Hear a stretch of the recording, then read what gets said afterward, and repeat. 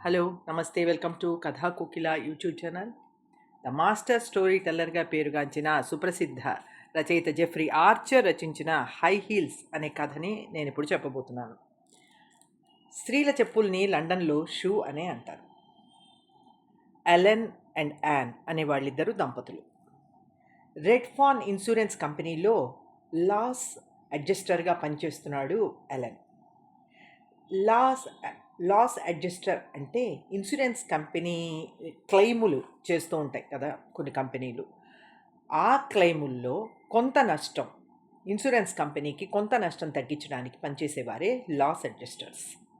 ఆ పని చేస్తున్నాడు ఎలెన్. ఎలెన్కి జాబ్ వచ్చి 2 సంవత్సరాలు. ఇతని బాస్ కాలిన్ క్రాఫ్ట్. ఇంకా సొంతగా ఒక్క కేసు కూడా ఇండిపెండెంట్గా ఇన్వెస్టిగేట్ చేయడానికి ఎలెన్కి అవకాశం రాలేదు.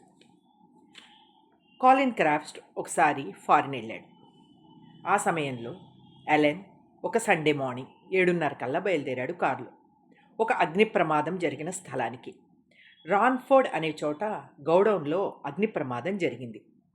లామార్క్ షూస్ అనే ఇంపోర్ట్ ఎక్స్పోర్ట్ బిజినెస్ చేసే షూ కంపెనీ ఉంచిన సరుకు ఆ అగ్ని ప్రమాదంలో కాలి బూడిదైంది. వీధి చివరి వరకు నల్లని పొగలు వ్యాపించి ఉన్నాయి. అగ్నిమాపక సిబ్బంది నిప్పులు ఆర్పటానికి వాడిన నీళ్లు అక్కడక్కడంతా నిలిచి ఉంది. తగలబడిన గోడల నుంచి ఇంకా పొగలు వస్తూనే ఉన్నాయి. లామార్క్ షూస్ తగలబడినటువంటి సంచులు ఆ సంఘటనా స్థలం అంతా నిండి ఉన్నాయి. ఆ బూడిదలో నుంచి కూడా ఇంకా పొగలు వస్తూనే ఉన్నాయి.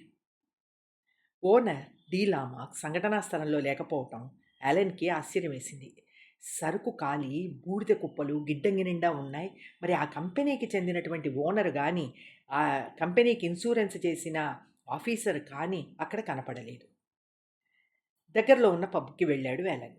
అక్కడ బిల్ హాఫ్మ్యాన్, ఆ ఇన్సూరెన్స్ చేసినటువంటి ఆఫీసర్, అతను డి లామార్క్స్ కలిసి డ్రింక్ చేస్తున్నారు. డి లామార్క్స్ మొహంలో ఏమాత్రం దిగులు కనిపించట్లేదు యాలెన్కి. మొత్తం ఎంత క్లెయిమ్ అని అడిగాడు యాలెన్. 4 మిలియన్ పౌండ్స్ అన్నాడు బిల్ హాఫ్మ్యాన్. డి లామార్క్, తొందరగా మీ ఇన్వెస్టిగేషన్ పూర్తి చేసి నాకు త్వరగా డబ్బులు వచ్చేట్టు చెయ్యండి అని చెప్పి బయలుదేరాడు. అనుమానం మొదలైంది యాలెన్లో. తర్వాత భాగం